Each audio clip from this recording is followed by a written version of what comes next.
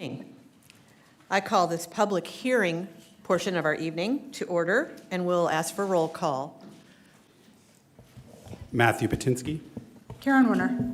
Amy Carney. Mike Sharkey. And Donna Lewis are all present. We are going to listen to a presentation on the revision of instructional time model and then allow for public comments to be opened following. Ms. Mitchell.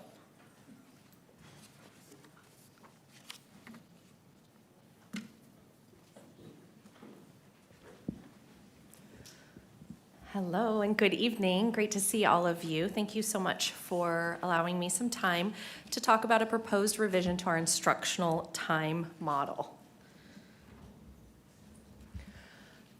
All right, I'm going to try to be brief. I know we have lots of good things on the agenda, but just wanted to let you know that the focus of this effort was really around the state regulations that govern our instructional time, the different flexibility and opportunities we have. We also wanted to really focus our efforts on leveraging the flexibility that Arizona affords school districts and schools in order to support students.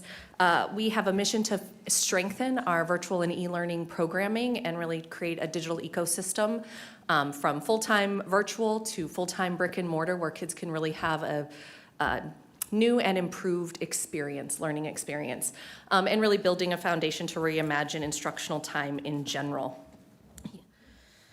You'll see there are a number of state statutes referenced, lots that governs our time, our days, what's allowed, and so I just wanted to make sure those were there for reference. Should you have any questions about them, don't hesitate to ask, but we are recommending an instructional time model that sits and resides very well within all of our state statutes. The three I pulled forward specifically sort of talk about what an instructional time model allows. It really allows us flexibility to offer instruction in the manner listed below: direct instruction, project-based learning, independent learning, and mastery-based learning. Local governing boards, through our planning guides, approve different credits for different courses and what's necessary to demonstrate competency. And then that last statute really governs the amount of time, whether it's 180 days or a specific number of hours for different coursework. This part is really important around ADM calculations. The instructional time model shift could support all of our students. It most certainly will support our full-time virtual students. Currently, our full-time virtual students reside in a AOI, which is a standalone virtual school that in Arizona, you're allowed to acquire 95% of a full-time FTE for students who are in an AOI. When you leverage that flexibility of ITM, thinking about instruction and learning a little bit differently, you are able to account for 100% of the FTE for students, even if they are in a full-time remote type of learning environment. Can I interject for 1 second? Of course. Do you mind just acronyms like ITM, FTE, AOI? Do you mind just either adding parentheticals or saying them out, Yes, just so that we ITM all will be the benefit? instructional time model. The FTE is full-time equivalent, so meaning a full-time educator, full-time teacher, and AOI is an Arizona online institution. Thank you for that clarification. Sorry about that. I almost forgot what is AOI, but I'm glad it popped right back in. But it really means that through an ITM model that we would be recommending, our students that we are serving 100% of their education, we could earn 100% of funding for those students. Right now, our model in an Arizona online institution, or the AOI, only allows us to earn 95% of that full-time equivalency.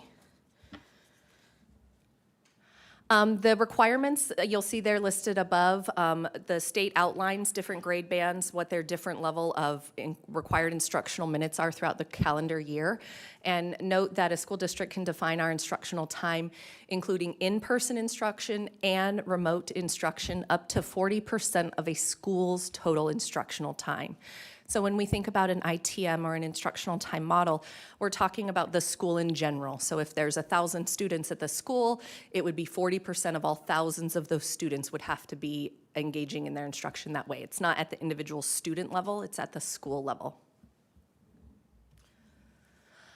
We are proposing this new instructional time model. It will allow and support Scottsdale Online to become an integrated program, which would support online students enrolled at each high school instead of its own standalone entity.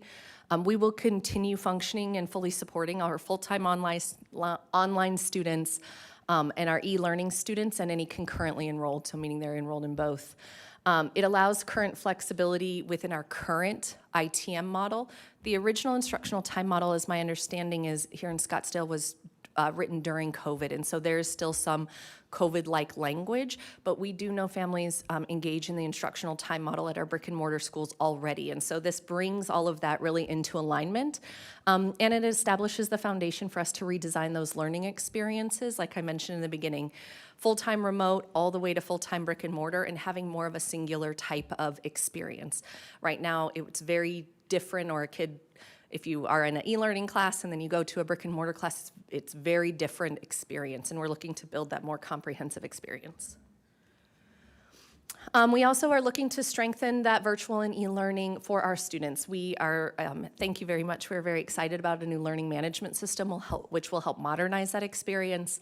This allows students to be directly connected to a home high school. They can benefit from the pace and learning when they need on their own time, still have access to those individualized supports, but should those students want that connection with a home school, that is something that they then will now have.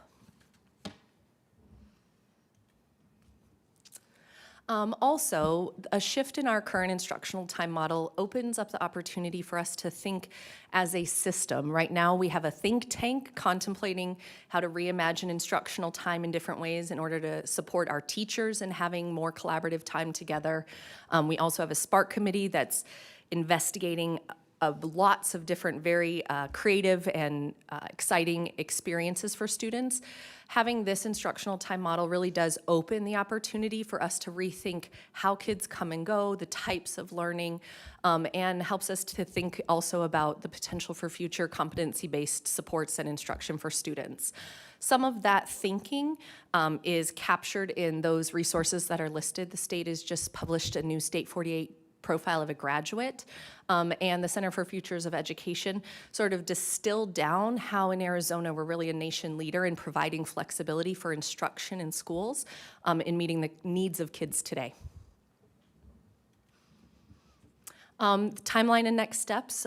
Per statute, we do 2 public hearings to make sure we fully thought through the model and everybody has an opportunity to speak to it. Upon adoption, it is active. It allows you to kind of make it active upon adoption as you work on implementing, and then there are some procedural steps that we would submit to Arizona Department of Education, including these minutes. But they do sort of allow us to start doing that internal work that may be necessary to make sure our SOL and e-learning students are ready to go for the 26-27 school year. And that's all I have. If you have any questions, happy to answer, or any additional follow-up information I could provide. Thank you. Governing board members? Mr. Sharkey? With the ITM model and the SOL students basically going to the individual schools, from a reciprocity standpoint, if I'm a student at Chaparral and I've physical my whole career, but I might want to take an online class, does that change? Is it easier, harder, based on the ITM model versus AOI? Yep. For our current brick and mortar students that would want to do that, it would really be the same experience, the same enrollment experience, the same functional experience with their counselors and at their school, and they are able to do that now. Okay, thank you. Dr. Patinsky? So my family benefited from Scottsdale Online, so I want to say thank you to everyone who works on it. I think this kind of builds a little bit on Board Member Sharkey's question. If I'm associated with Chaparral, but the online course I want to take is taught by someone who is associated with Saguaro, does this start to create barriers? Or all online courses, no matter where they're situated, are available to all students? All the online courses, no matter where they're situated, will be available to our students. We will retain some of the SOL Scottsdale online staffing mechanisms that allow, for example, if there are 2 brick and mortar SOL teachers at Chaparral, but they teach I don't know, let's say cool electives all day, they may have students from Arcadia, from Saguaro, from each of the 5 high schools already in their roster. That will continue, and so we'll leverage and maximize instructors in that way, and it does open the opportunity for students at one campus to engage in learning that may not be offered there, but may be offered throughout our system. Thank you. And it may be too early to tell, but if the current model, just make up a number, has 100 courses available to students or 50 courses, do we anticipate when this is done, there'll be roughly the same number and variety of courses available to students, or will this necessarily entail some contraction in the offerings, and where? I don't anticipate, I think it could potentially expand offerings. Right now, everything that we offer is in the high school planning guide. In order to ensure we don't have high SOL overages, if you're at a brick and mortar site and that class is offered at your site, we put kids in that brick and mortar. However, if we offer in the planning guide catalog and you don't have that opportunity at your school, you could take any of those online courses. So I actually see even further down the road where it offers more expanded opportunity in a more diverse and wider course catalog. Mr. Sharkey? Kind of zooming out from a high level, what was the driver or drivers for this? Was it just to get the 5% extra ADM? Was it experience? I mean, what were the sort of the key drivers for bringing this to the table? I think it was a combination of things. It really started with what is the learning experience for our full-time virtual students?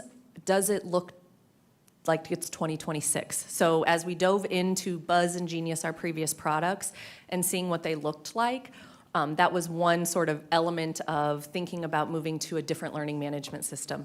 That then opened up the difficulty for teachers and families and students when they may move at the quarter or move and they're shifting from one curriculum set to another, because right now they're very different, to over time hopefully have a content that's consistent. I would say the 95% to 100 was more of a, oh, that's what we learned when we talked to some other districts who had already pursued this. So it wasn't an interest in pursuit of an AOI to an ITM. It was actually, as we learned from some of our other peers, what they were doing with their learning management system, with their online academies. It was really our sole principal, Mr. Noonan, who called other peers that have similar roles and just try to figure out, how are you guys doing this? What's your online academy? And that sort of started a longer train of, ooh, what if we did this? Oh, now what if we did this? So truly that 95 to 100% was more of a like, oh, that's a nice added benefit to the system. But really it started with learning experiences and access and opportunity for students to great coursework. Thank you. I have a question about the total number of hours. Can you go back to the slide that's required by the state? And I well imagine we're over that significantly. Do you know off the top of your head what our current, I think our K-8s are roughly all in the 900 plus? We are over a good portion. I don't know off the top of my head the exact. I could probably find that out before the end of the meeting. Okay. And definitely in advance of the next hearing, I can be sure to tell you that. But yes, in our current calendar of the 180 days, we are already over. And with high school as well, I imagine. Yeah. Yeah, just think it's important for us to be aware that we are well over state expectations. We are well over state expectations, yes. Thank you. Other comments or questions? All right. Thank you, Ms. Mitchell. Thank you. At this time, we are open to public comments on the topic of the ITM. What's that stand for? Instructional Time Model. And that's this section only for public comments on the hearing of the Instructional Time Model. So we'll have another section for public comments on all our other open topics in 8A on our agenda. Any comments regarding the instructional time model at this point from our community? Seeing none, I will call an adjournment to the public hearing. And now, I'm calling to order the regular general meeting for the governing board, and the hour is 6:14. And Rose Gorman, Anazazi, IB student who has been award-winning, is going to step up to the podium to lead us. Just go ahead and pull the microphone down. The audience is yours.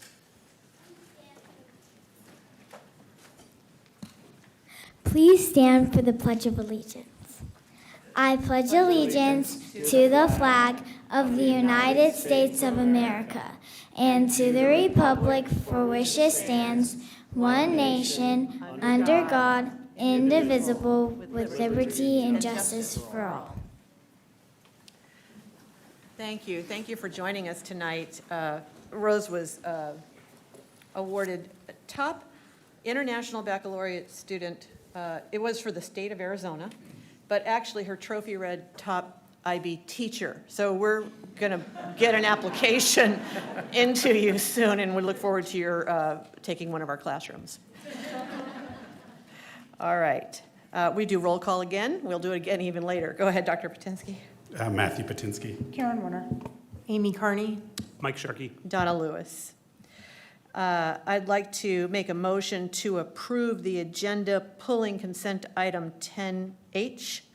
And we'll move 10H to follow public comments right after 8A. And if I have a second on that? Second. All those in favor? Aye. Aye. Motion passes 5-0. Thank you. We are now going to go to student and staff recognitions and celebrations. Well, good evening, President Lewis, Vice President Sharkey, and members of the governing board, and welcome to all of our staff and families who are here this evening. We have so many celebrations this evening, and we're going to get started by inviting Dr. Sakos to come forward. We have a number of students to recognize, as well as our latest Blue Zone school that received approval. Dr. Sakos. Thank you, Dr. Menzel, and good evening, President Lewis, Vice President Sharkey, Your mic's not on. and governing board members. She's using her teacher voice.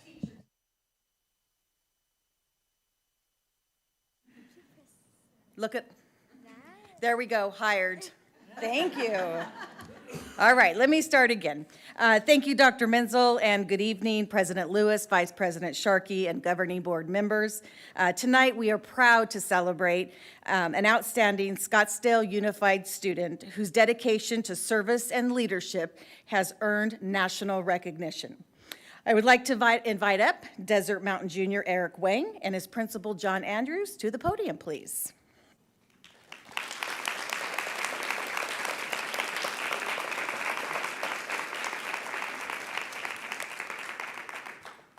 Eric is a junior in the International Baccalaureate program at Desert Mountain High School and has earned the Congressional Award Gold Medal, the highest honor Congress bestows on civilian youth.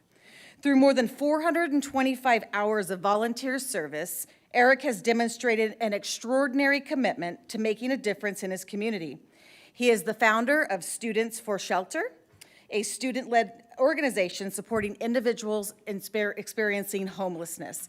And he has partnered with local nonprofits like Keys to Change and Andre House to organize drives, serve meals, and provide critical resources. In addition to his service, Eric has shown leadership in academics and mentorships, founding math clubs at Title I schools, mentoring international STEM scholars, and developing innovative tools to support nonprofit organizations. Whew, Eric, I'm tired. Makes you tired? Yeah. Eric's achievement reflects the very best Scottsdale Unified, of Scottsdale Unified: service, initiative, and a passion for improving the lives of others. Eric, on behalf of the Scottsdale Unified School District and the governing board, congratulations on this remarkable accomplishment. We are incredibly proud of you.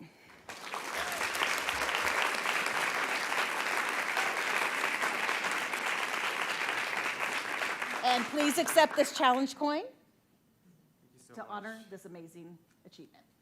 Thank you so much. Thank you.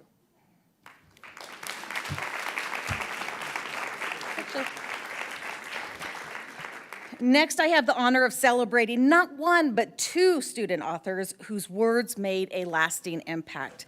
The Scottsdale Unified School District's Veterans Day Writing Competition, in partnership with the Arizona American 250 Commission and the Scottsdale for Veterans, invited students to reflect on the legacy of military service, past, present, and future. Through essays, poetry, and personal narratives, students were challenged to explore themes of service, sacrifice, and civic responsibility. And two rose to the top. We are proud to recognize our winners, Carly Cox and Sara Jaramillo. representing last semester and this semester. I would like to invite Saguaro students Carly and Sara to the podium, as well as their principal, Dr. Lisa Hirsch, teacher Ashley Kroos, social studies curriculum coach Dylan Bullard, and event organizer Justin Lehman.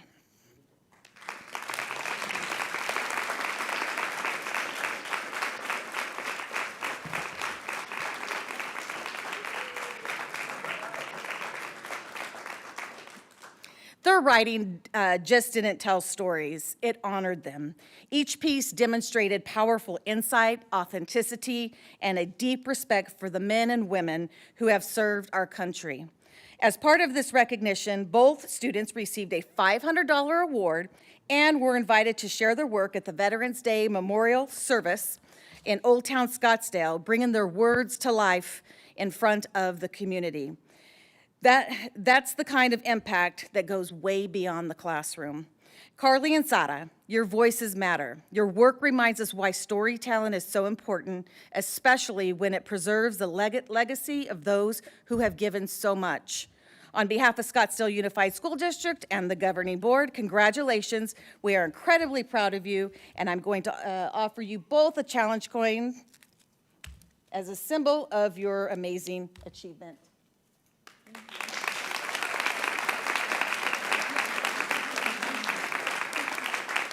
And you guys are going to take a picture. Scottsdale Unified School District remains deeply committed to supporting the health and well-being of every student and staff member across our campus. Tonight, we are proud to recognize the schools whose effort truly bring that commitment to life. Ingleside Middle School, Principal Junior Michael, and anyone here from school, can you please join me at the podium?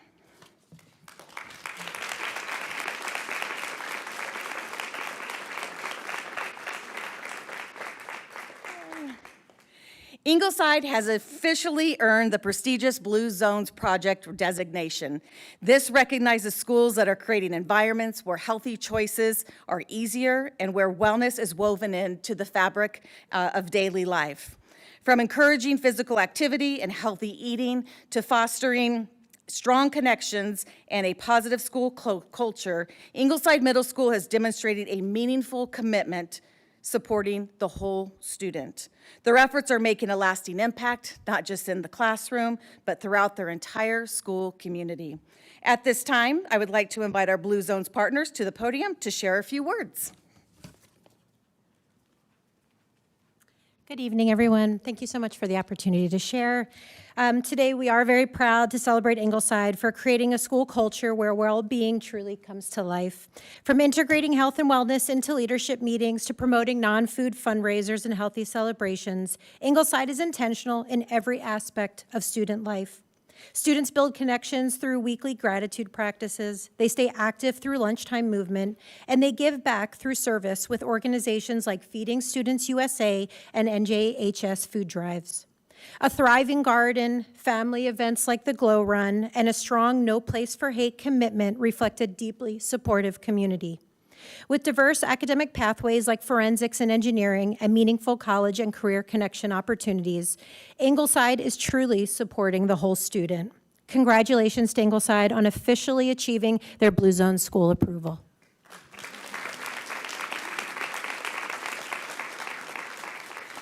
Thank you. Congratulations to the Ingleside Middle School community on earning this well-deserved Blue Zone designation. We are proud to celebrate your dedication and the positive difference you are making each and every day.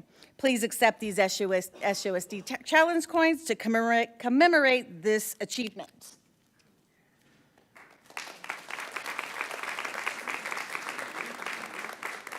All right, back to you, Dr. Menzel. Thank you, Dr. Sackos, and congratulations to Eric, Carly, Sarah, and Ingleside Middle School. That brings our Blue Zones approved schools to 15. I'd like to invite Dr. Christine Bono to the podium. We have more student and staff celebrations this evening. Dr. Bono. Thank you, Dr. Menzel, and good evening, President Lewis, Vice President Sharkey, governing board members, again, Dr. Menzel and Ms. Wagner. I would like to begin by inviting again Rose Gorman and her principal, Mrs. Waldron, up to the podium.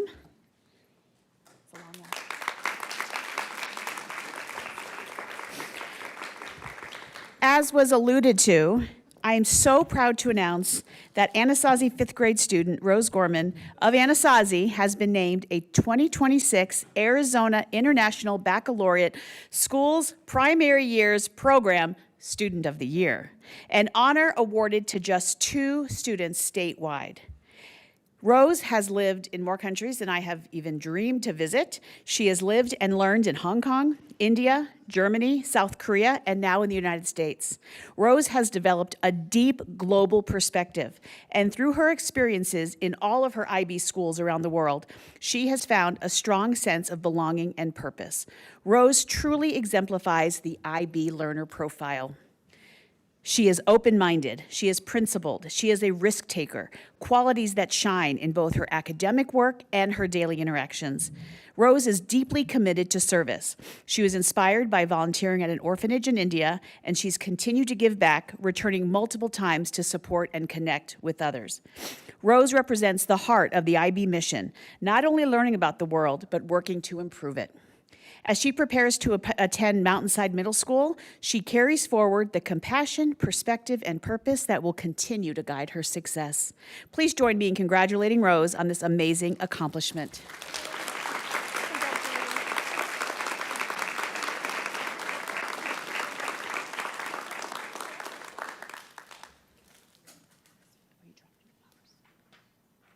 And we'll go ahead and take pictures. Mom and Dad, do you want to get in the pictures too?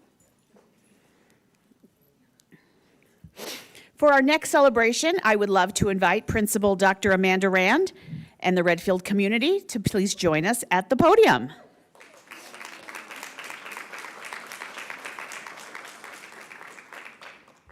Tonight, we are proud to recognize Redfield Elementary for earning the prestigious A+ School of Excellence designation.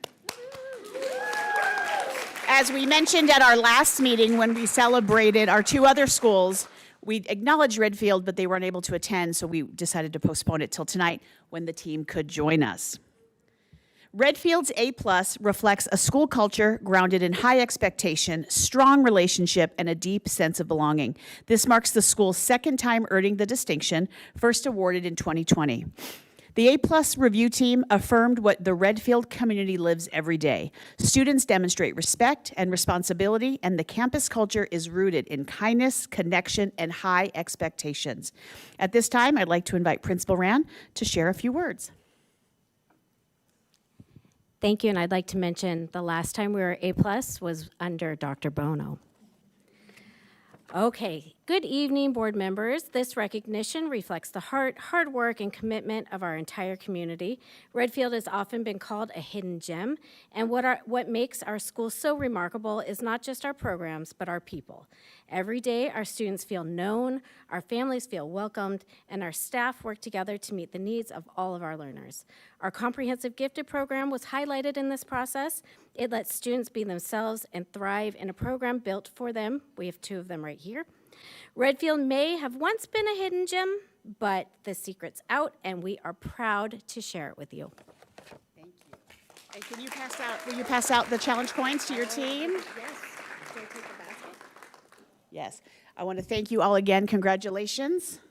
And Dr. Rand has some challenge coins, and I believe Torrance will take you right back there, the whole team, for some photos. Thank you very much. Thank you, Dr. Bono. Congratulations, Redfield, and that concludes our celebrations this evening. Thank you. It's now time for governing board reports. I always go first, right? Always, I start down there, yep. So as part of being the board member responsible for the Desert Mountain Learning Community this year, I've had the pleasure of getting to know the community as someone whose family is in the Chaparral community. But, so a couple of updates. One is I had the opportunity to attend Hadestown at Chaparral High School. My niece was in it, so it was extra special. Had an opportunity to see Dr. Menzel there. I don't know how you find time in your day to be present across the district. And the production was amazing. The sets were amazing, and it just reminds you how wonderful the arts are at Chaparral, and I'm sure all of our high schools. But in terms of the Desert Mountain Learning Community, I had a chance to visit Cheyenne Traditional School, so I want to say thank you to Ms. Baca. Had a chance to visit Anasazi, and say thank you to Ms. Waldron. Had a chance to visit Laguna Prep, and so I want to say thank you to Ms. Kelly. And then finally had a chance to visit Desert Mountain High School, and so wanted to say thank you to Mr. Andrews. And in all of these visits, it's a chance to get a tour, meet teachers, learn about the different programs, understand the needs of the physical plant of the school, hopefully get a chance to meet parents and others. So it's a really special experience. And when you see a school like Cheyenne, which is so committed to the traditional model, and then you visit a place like Anasazi, which is so committed to the IB model. These are not mutually exclusive, but they're definitely distinctive educational philosophies. I think you appreciate just the diversity of offerings that we have for families in Scottsdale. So later this week, I'll have a chance to go back to Chaparral High School, where I'll be speaking to some high school students about the college admissions process and hopefully de-stressing them about what I think has become a little bit kind of crazy when it comes to applying to 18 schools, and which is the vicious cycle. I'll have a chance to visit Desert Canyon Elementary and participate in the PTA meeting, and then finally Redfield Elementary to help celebrate the A+. So busy time visiting different schools, but loving every minute of it. And again, thank you to the principals. I know they have busy days. Thank you. Ms. Warner? Okay. Mrs. Carney? Okay. Mr. Sharkey? I'm looking forward to visiting Tonalea tomorrow. That'll be I've already been there, but get the inside tour from Principal Viet. I've heard nothing but good things in his first year as principal there, so really looking forward. And it'll be all of the Coronado Community Schools that I visited at least once, but it won't be only time. So looking forward to that visit and appreciate the tours to see things firsthand and what our principals and assistant principals and teachers and staff do at our schools. Thank you. It was wonderful to get to go to Anasazi to celebrate their 5th A+. That is quite an achievement, and their past principal, Mr. Jeff, and I want to make sure I say his last name right, Quisberg, was there, and just feeling his legacy and feeling the pride that was carrying forward under Jennifer Waldron. So just a great staff and student celebration with amazing presentations and feelings of accomplishments. I also had the chance to go see Hadestown in Chaparral High School, and it rivals Gamage. The talent was unbelievable, the stage setting was unbelievable, the lighting, just the caliber of performance was top notch. Anybody ready to go to LA or New York is gonna probably come from here. In fact, one of the families I sat next to, their daughter just got admitted into New York University Tris, I might have said that right, and was torn between another top-notch college, I think it was Pepperdine, and she's going for New York, which is where she needs to go. Very exciting.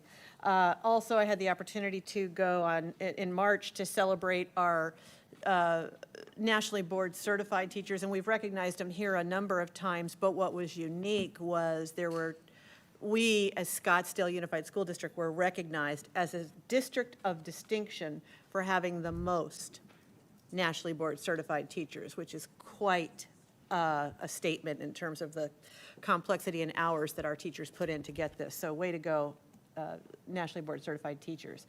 And finally, I would like to say thank you to Dylan. I don't know if he's back in the room or still out with our other program getting photos, but we are in April, which is Financial Literacy Month, and now that's a personal passion of mine. I think the board received an email today of a variety of activities or various highlights of what's going on in the district for financial literacy. It is a great beginning to where I think we might be headed for a robust curricular shift to help our kids understand money and life and budgets. And so there is a calendar of events that's an option where there's a prize for a student who does each and every activity that I would encourage all our students and teachers to take a look at. They're cute and they're fun and they have a little complexity to them, but not overwhelming. And there are examples like the money journey, banking basics, investing, types of credit, history of currency, plan a vacation. That's a good one. Credit scores, budgeting, buying a house, just exactly the kind of reality our kids need. So this is a touch of the beginning what I hope will evolve into a more robust curriculum for us. But I'm going to share this with the board if they would like to have a copy of this calendar. So that concludes our governing board reports. It's now Dr. Menzel's turn. Well, thank you, President Lewis and members of the governing board. Building on the April theme month, I'm sure I'm going to miss some of the things that happen in April. But the first thing is, it's already passed, but April 1st was Paraprofessionals Appreciation Day. And so we want to give a shout out to all of the paraprofessionals that work in Scottsdale Unified School District. They're often unsung heroes, helping ensure that our students are successful and truly grateful for all they do. The week of April 19th through the 25th is the National Public School Volunteer Week. We also know that we can't do it without our parent volunteers and others in our community who recognize the importance of investing in the lives of our students, and so we want to thank our volunteers. Also want to recognize that April 22nd is Administrative Professionals Day. Every now and then, that happens to be the same week as a board meeting, but it's not this week. So Gladys, thank you for the great work that you do as the administrative professional for the superintendent and board, and to all of our other administrative professionals. We look forward to celebrating you later this month. April is also School Library Month. So April 4th is School Library Appreciation Day, or was. April 19th through 25th is National Library Week, and the entire month we are celebrating reading through our libraries. So kudos to all of those who are supporting a love for reading on our campuses and across our district. This week is Assistant Principals Week, National. So do we have any assistant principals with us tonight? I see a few back here.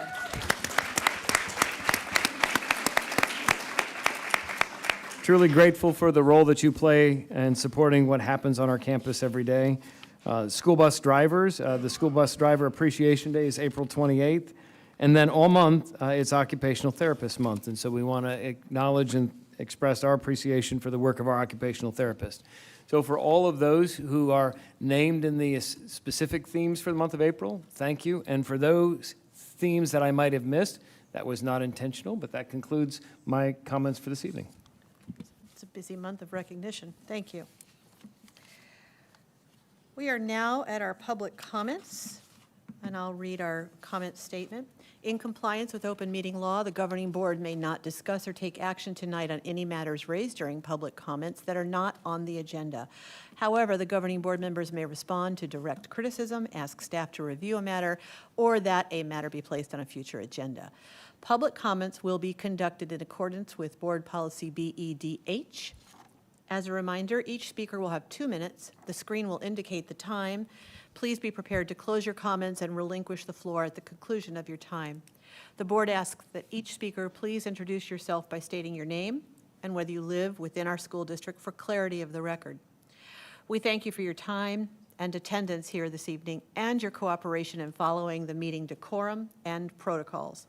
I will read the name of the speaker. When you hear your name, could you please come up to the podium? I will read the name of the next speaker to be on deck and ready. Once you start speaking, your time will start. Our first speaker this evening is Jeff Rattay, followed by Debbie Schumacher.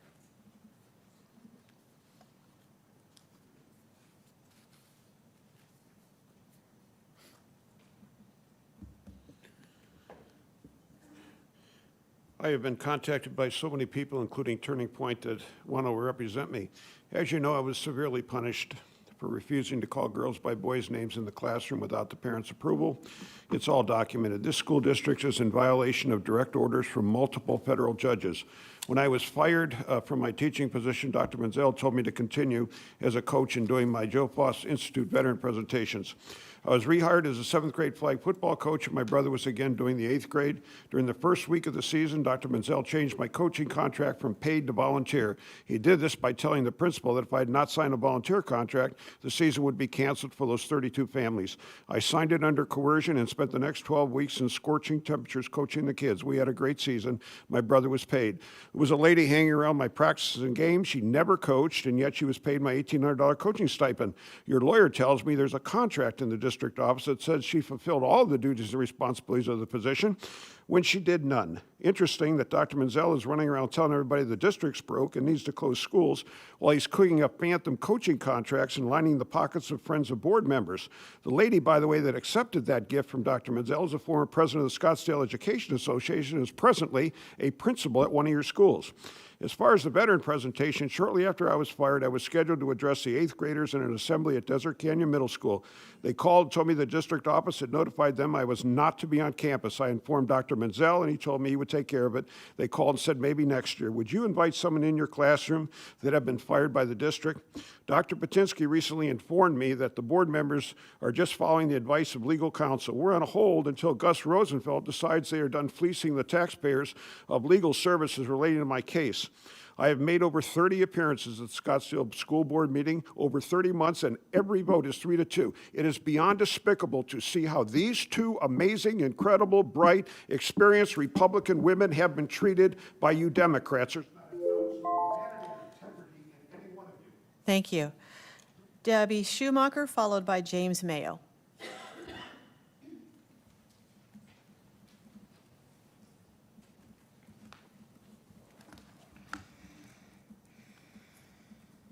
My name is Debbie Schumacher. I'm an SUSD homeowner and grandparent.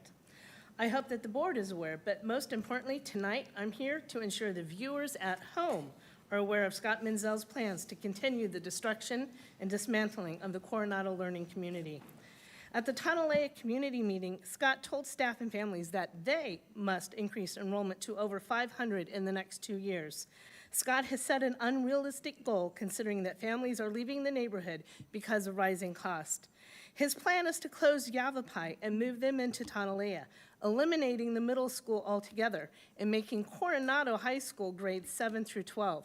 Scott is pushing SUSD backwards to 1896 when Scottsdale had a one-room schoolhouse. There is a risk of social turbulence when mixing middle school and high school students. The developmental mismatch between younger and older students with different social and emotional tracks is concerning. Due to elementary enrollment age requirements, there are several high school seniors who are 18 years old most of their senior year.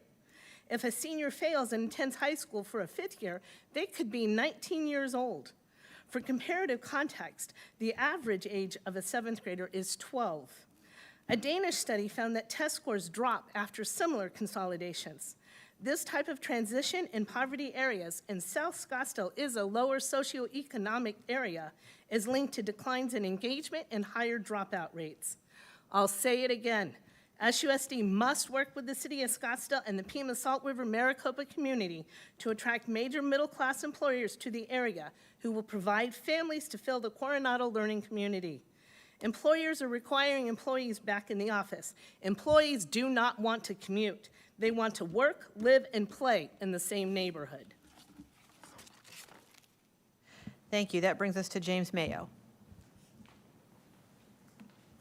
Good evening, everyone.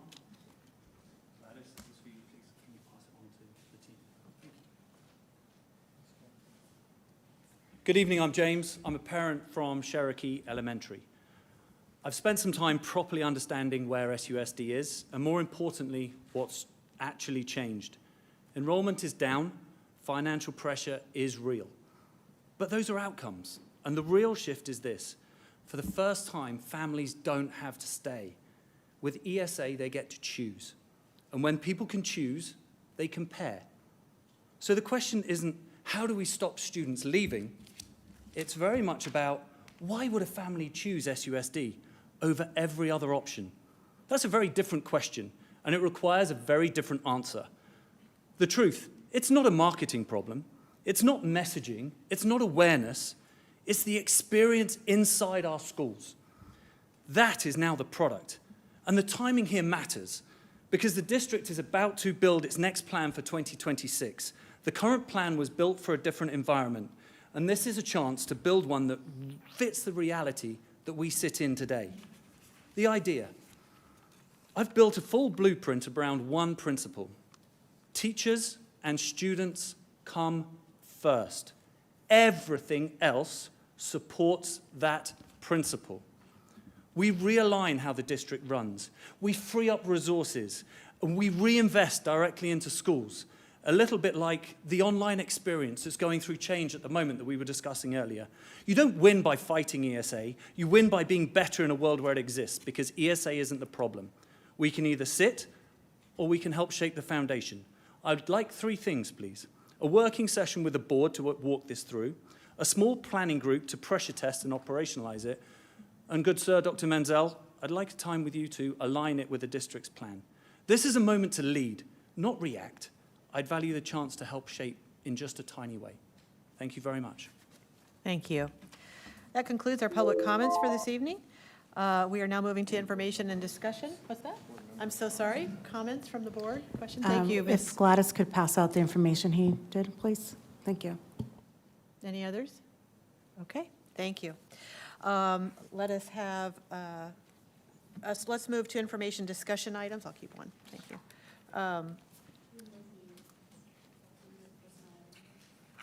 Oh, yeah, it's a personnel item, 10H. Thank you. All right, so we're going to, I'm sorry, we did move something from consent that we moved it to after 8A, which is 10H, and it is the personnel item. So, Dr. Menzel, you want to talk about why this was recommended to pull? We had a board member request to pull it, and so that'll be part of this. And we also try to move up when we have individuals who are being hired from the administrative team so that they don't have to sit through the whole meeting before we get to consent agenda. Thank you. You want to make a comment? I just asked to pull that item because my son is listed on it, so I'm going to be abstaining from that vote. Thank you. Thank you. Other comments? Questions?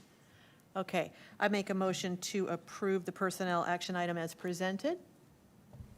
All those in favor? I need a second? Second.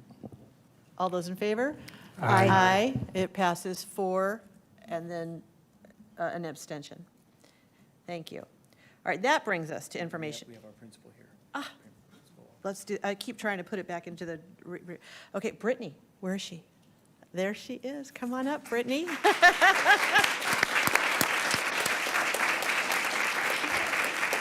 Brittany just earned her role as the new principal of Cherokee, and we're very proud of you. Congratulations. And I know that'll be great for the school and a great opportunity for the kids. Okay.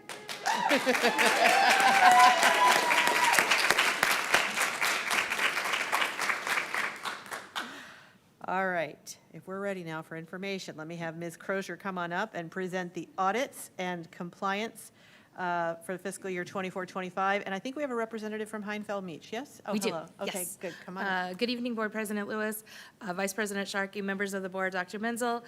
Tonight, we have our annual audit presentation. Jennifer Shields is here from Heinfeld and Meach, and that is the organization that we contract out to do that audit for us. Thank you, Shannon. Good evening. Let's see. We're good to go, right? Okay, hi.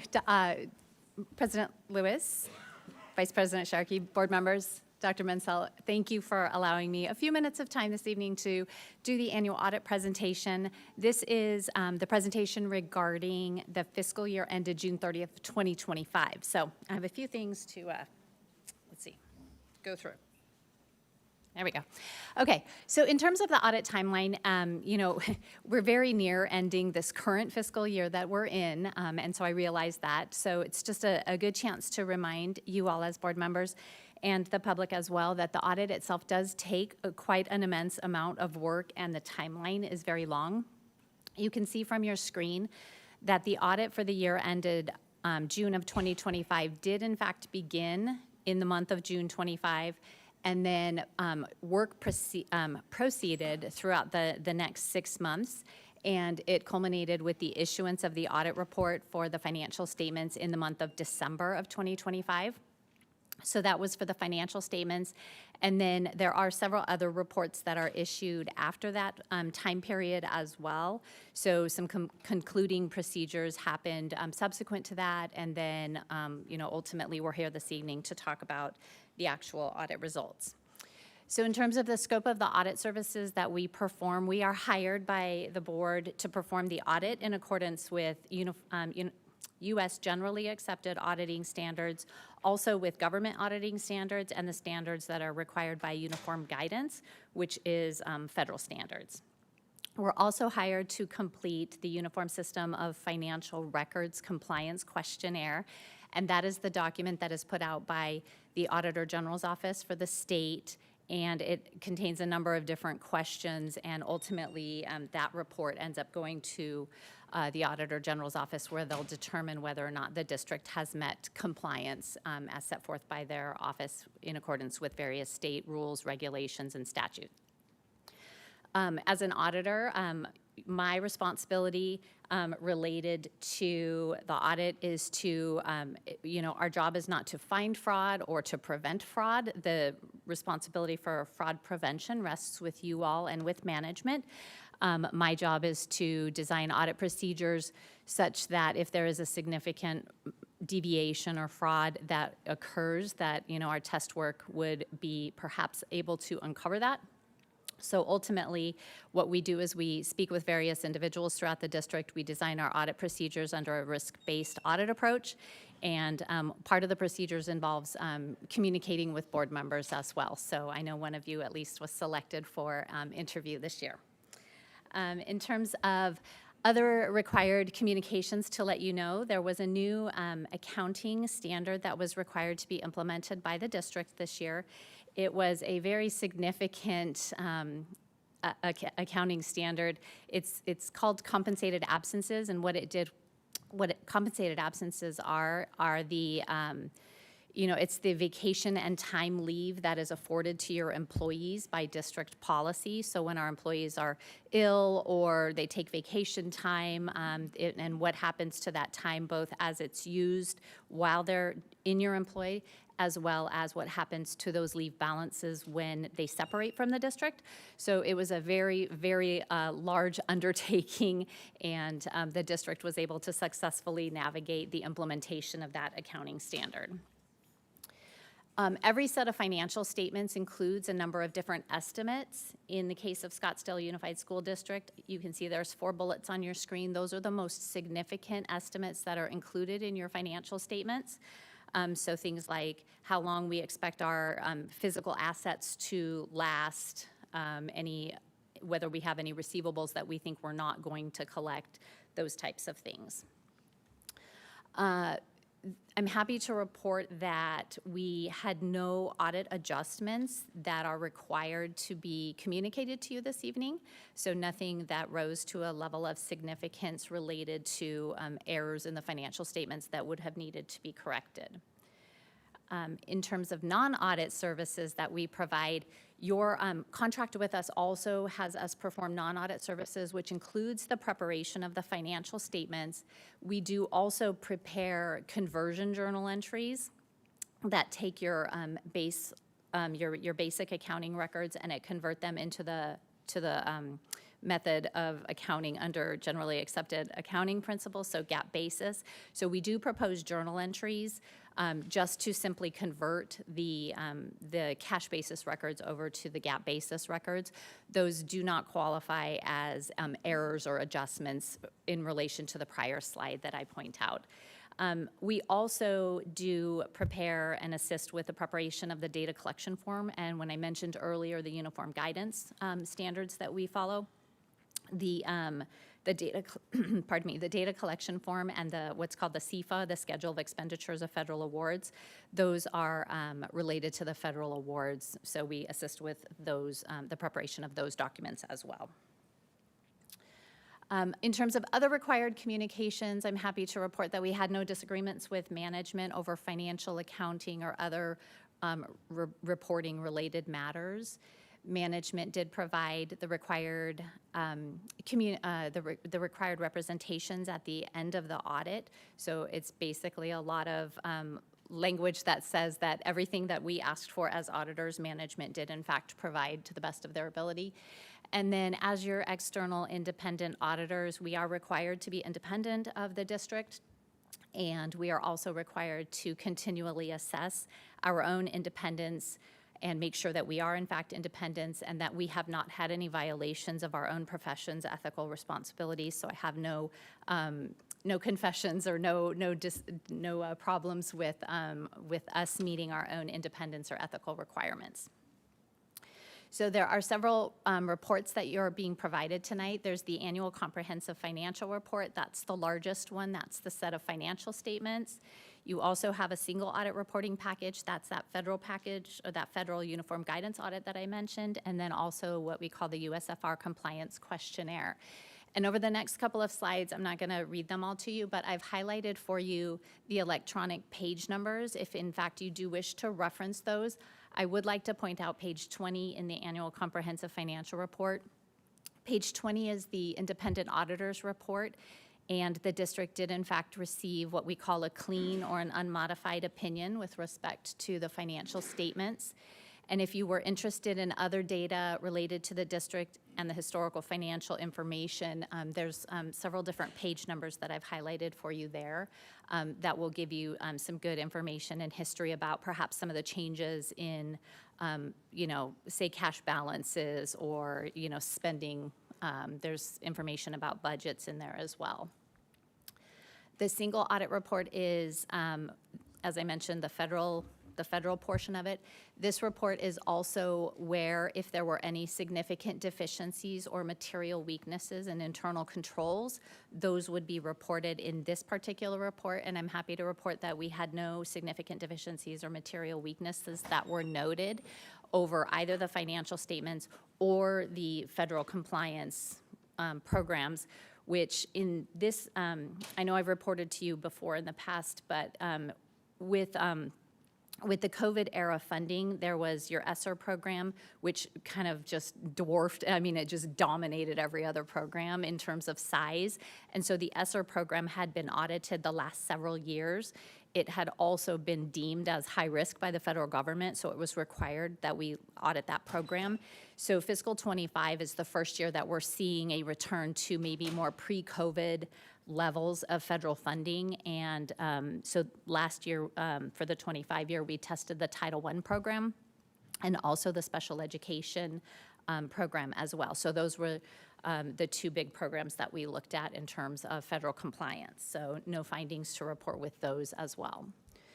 The USFR compliance questionnaire, it has quite a number of different rules and regulations. The questions are designed to either be answered yes or no, and a yes answer indicates compliance, a no answer indicates that there was some type of a deficiency or a non-compliance that would be evaluated by the Auditor General's office. It covers a whole lot of different areas. You had earlier a public hearing related to the instructional time model. That is actually something that is part of this USFR compliance questionnaire.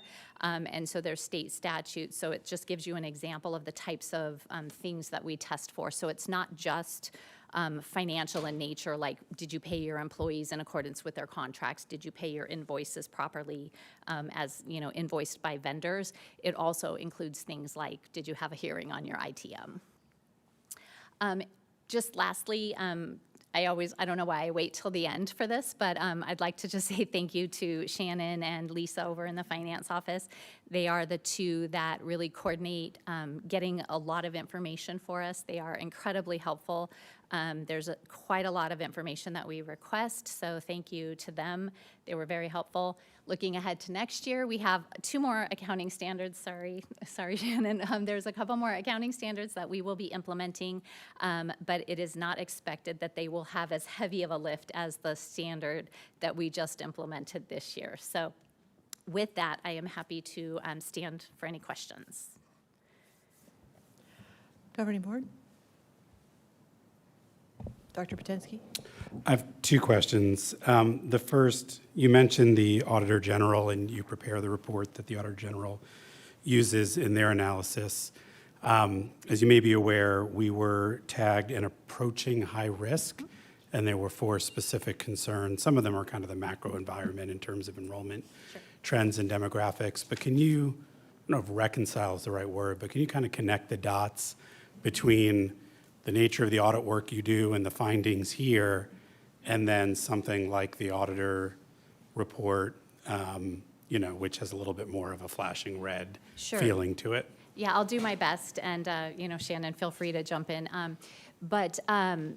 So in general, so what we're here doing is the financial statement audit, and then also those compliance requirements. So the things that the legislature deems important for schools to do to keep kids safe, to get them educated in accordance with state standards and all of those types of things. So our audit is largely based on financial accuracy, compliance with generally accepted accounting principles, and then the USFR compliance questionnaire is, all of those other things that I kind of referenced earlier. The Auditor General is governed by the legislature and there's a legislative requirement that they issue 2 separate reports each year. One of them is the spending, I will get the name wrong, I apologize, but it's the classroom spending report, the dollars in the classroom, and how many, what's the percentage of dollars that here at this district or every district that are spent directly related to instruction in the classroom. So they do that report, which it can largely tie, the source data for that is rooted in the same thing that the financial statements are, it's the same data source. How they pull and extrapolate data to do that particular spending report may be different than how it is presented for GAAP-based financial reporting. So there's not a direct reconciliation, if you will, but there's a pretty close correlation between those 2 reports.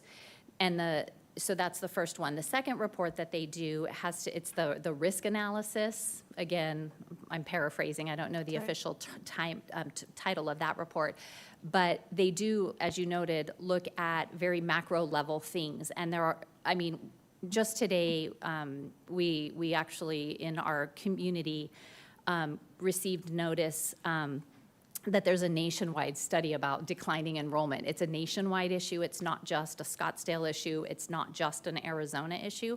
And so one of the largest drivers of financial health, if you're to forecast, would be the number of students that you have here in the district, because students generate the funding. So I think there's largely their report, you're going to approach high risk if you are declining enrollment. And then also there was something unique in your district in the past year where you utilized some cash balances for something that was not really within the district's control, but it had to do with a statewide property tax settlement that was adjudicated, and it took it was like over a 7-year period. And so every school district predominantly within the state that was in Maricopa County, or actually it's just Maricopa County, I apologize, had to basically repay property owners for an error that was not the district's fault. So the district had to have a decrease of cash balances in order to essentially pay back those property tax owners. And so that was one of the things that I believe lent itself towards the district moving toward that high-risk category. And I know you mentioned there were 4, but those are the 2 that I can think of off the top of my head. Thank you, that was helpful. Yeah, and to go back off on that, the report that the Auditor General uses to make some of those classifications is based off of our audited financials. The biggest driver for us that impacted our fund balance, but also our revenue, was the almost $24 million reduction in revenue for Quagmire. So that one thing alone impacted 2 of the categories that were listed as high risk. So it was a unique situation with that. Yeah, thank you. My other quick question, just while I have the mic. You mentioned the USFR questionnaire. If I read it correctly, we said no to whether all reports of conflict of interest forms were kind of followed up on, which jumped out at me. So is there a little context to that? Why wouldn't we follow through on every conflict of interest report? That is actually an issue that we are really working to address. We had 2 employees who had not signed the There were 2 that were selected that had not signed the conflict of interest. We are now going through, I get a report every single week from HR to make sure that we are addressing every single employee, making sure that they address the conflict of interest. One of the things that came out of it and that we've changed our procedures within purchasing is that when somebody does notify that they might have a conflict of interest, or they do in fact have a conflict of interest, that is now generating a report over to our purchasing department so that we can ensure that they are not in any way, shape, or form, doing any procurement or part of any procurement decisions within it. So the 2 that were selected they weren't participating They in just anything hadn't that would. signed the form. I Yeah. misunderstood that. Thank Yeah, you. they didn't sign, they may not have signed the form, and then if they did say that they had it, we didn't go back and make sure that they were not ever involved in RFP process or anything like that. So we have corrected both of those. And when we complete our forms, district leadership, the superintendent, that all ultimately ends up with purchasing, so they can cross-reference and make sure. Legal gets that, and then we also make sure that purchasing is now also following through on that. Thank you. Any other questions or comments? Well, I would just like to say, that under transparency, I don't know of a more scrutinous body than a school district in terms of constant scrutiny and watching of every dollar and making sure we're triangulating that. So the complexity of the work and the detail of the work is rich. I don't think I've ever seen anything as squeaky clean. I'm afraid to use the phrase, but it was sincerely amazing. So Ms. Crozier, to you and your team, a big congratulations on this audit result. Normal bumps and hiccups happen, and this is just simply amazing. So a big kudos to you and the team and the whole leadership associated with it. Thank you. We need you as an outside voice to make sure we're doing, this is an excellent system of assurance. So I'm just really pleased with the findings, and always expect bumps, but this was just amazing. All right.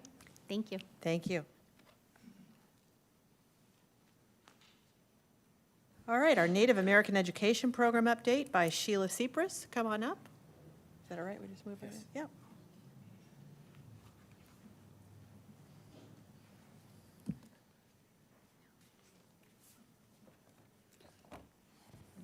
Dr. David Ferniske, thank you for coming up. Go ahead. Good evening.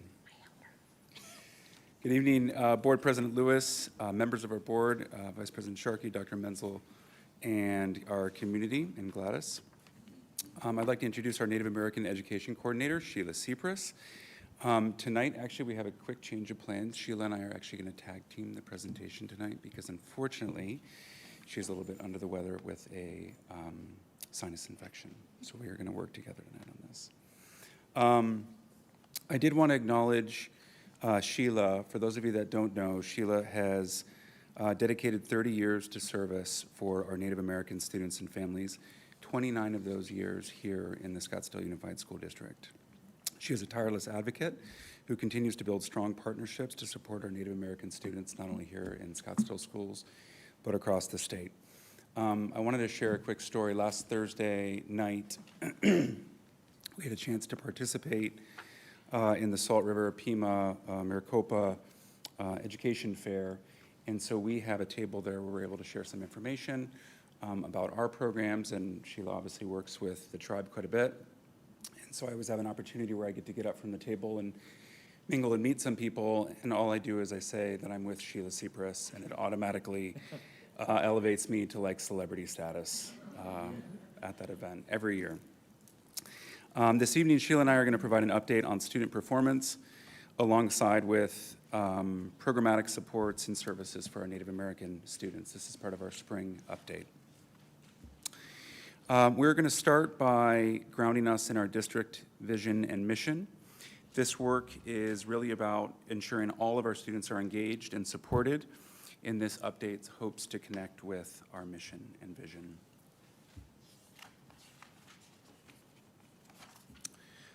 Also, a good grounding for our work is that our work really lives in our district values, in particular, our values of belonging and inclusion and trust.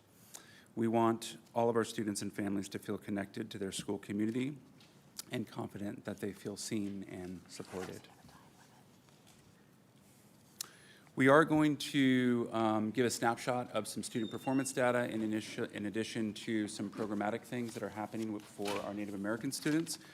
I also want to acknowledge there's been a ton of work behind the scenes with Sheila and her team this year, having a continued focus on student data, in particular academic data and attendance data. Also, quick shout out to Dr. Bachna and Dr. Anna and Samar. They've worked alongside us quite a bit this year to continue to answer the question, how are our kids doing and how do we know? So the slide that you're looking at right now really just gives some context in terms of the students, that Native American students that we serve. This year you will see that we have 849 Native American students across our district. This total number includes students who identify both as Native American in combination with another ethnicity. If we were to look at just students who identify as Native American only, the number would be cut in half, closer to 450. You're going to see representation across all grade levels, strong numbers at the secondary level, in particular Coronado, Saguaro, and Arcadia. Those three high schools host nearly 75% of all Native American high schoolers here in our school district. These are our average daily attendance trends as polled as of actually last week. Attendance is always a key indicator for us. It's been a focus not only for our department, but for Sheila and in particular a lot of our high schools, working to increase the percentage of average daily attendance and decrease chronic absenteeism. Sheila's done a fantastic job in working with, in particular, our high schools, sending out a regular cadence of attendance data to school teams to support the efforts with their attendance. You'll notice here that we average on or around 91% average daily attendance for our Native American students. We also have taken a deeper dive on chronic absenteeism for our Native American students. That has actually been one of our wildly important goals as part of our department, not only for our Native American students, but for our English language development students.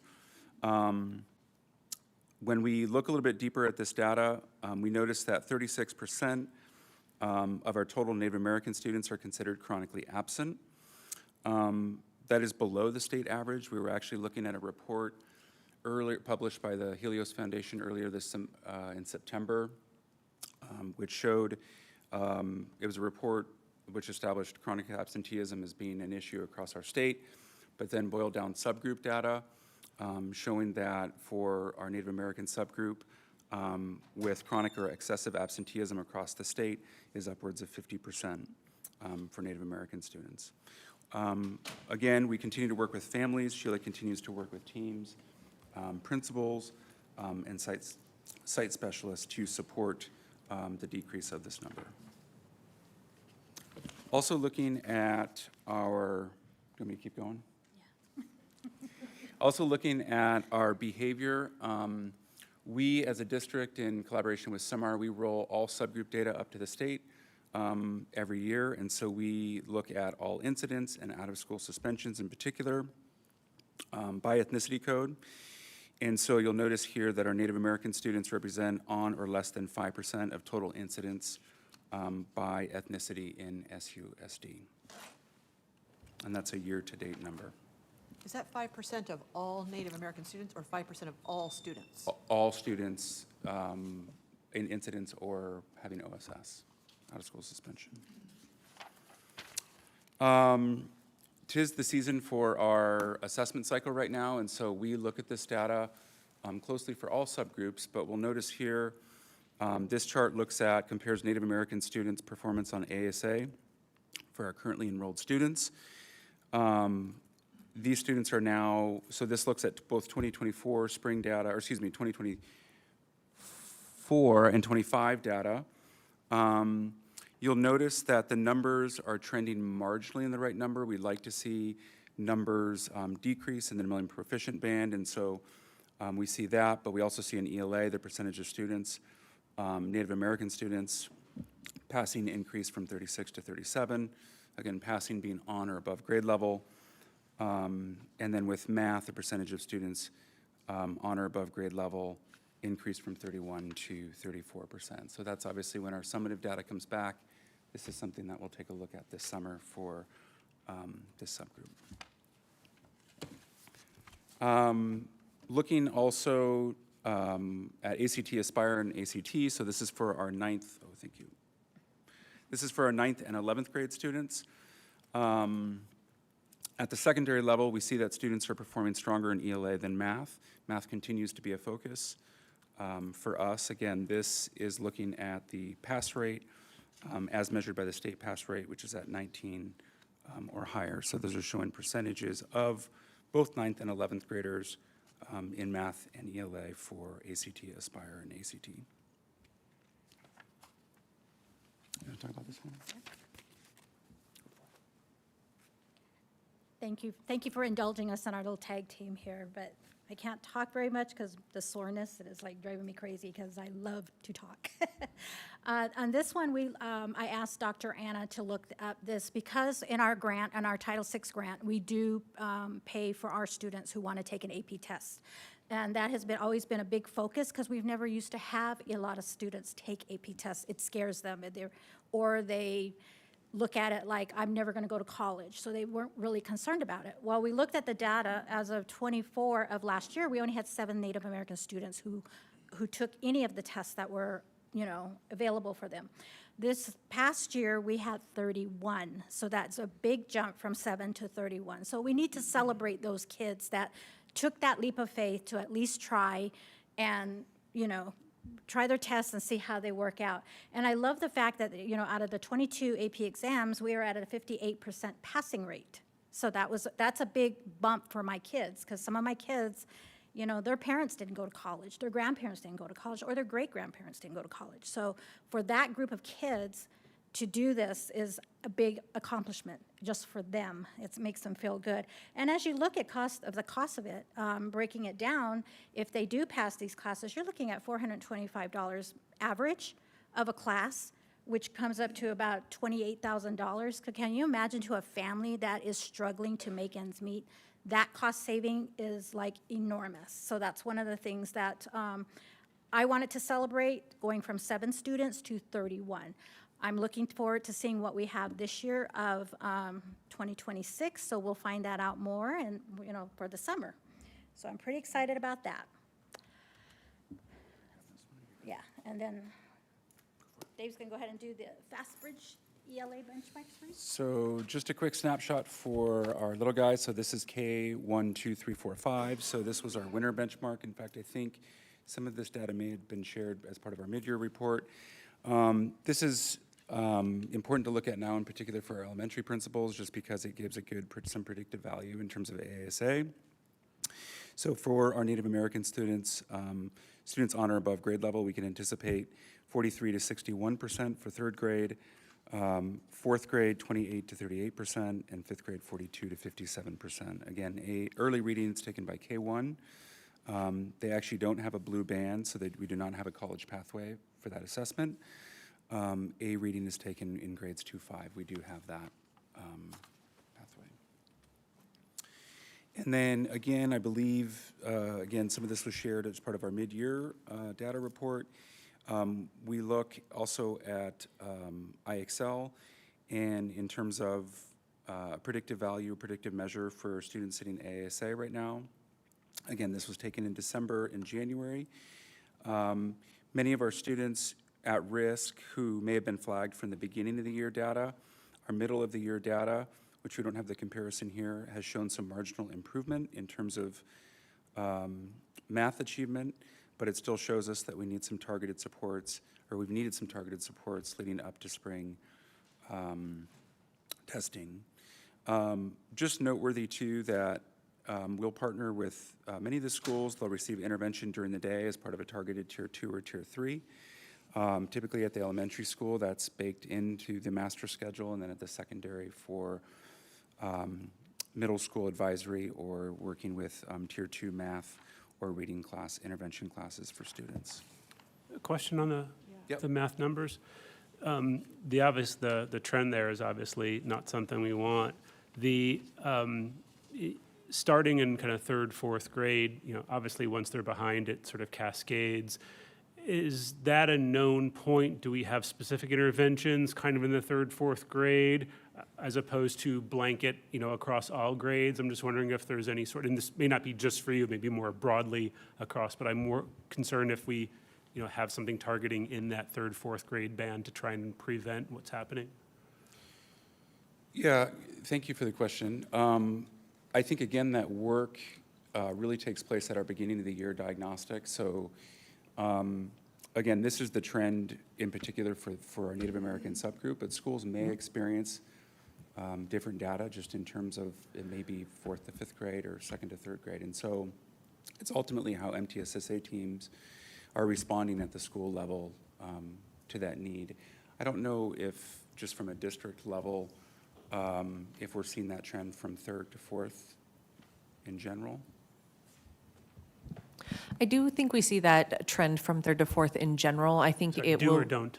We do. Okay. Yep, I think we see it more generally also related to just the complex text that starts to grow from that third to fourth grade where it's no longer just identify the main idea, it's really looking at the themes, and some of that complexity really grows. And so some of those interventions really trying to target not just phonics and how to read, but really reading and understanding. It's not something I don't think we see pervasively, but I think as you looked at different groups or different schools in particular, you would notice that. I think we were a little more indexed on math.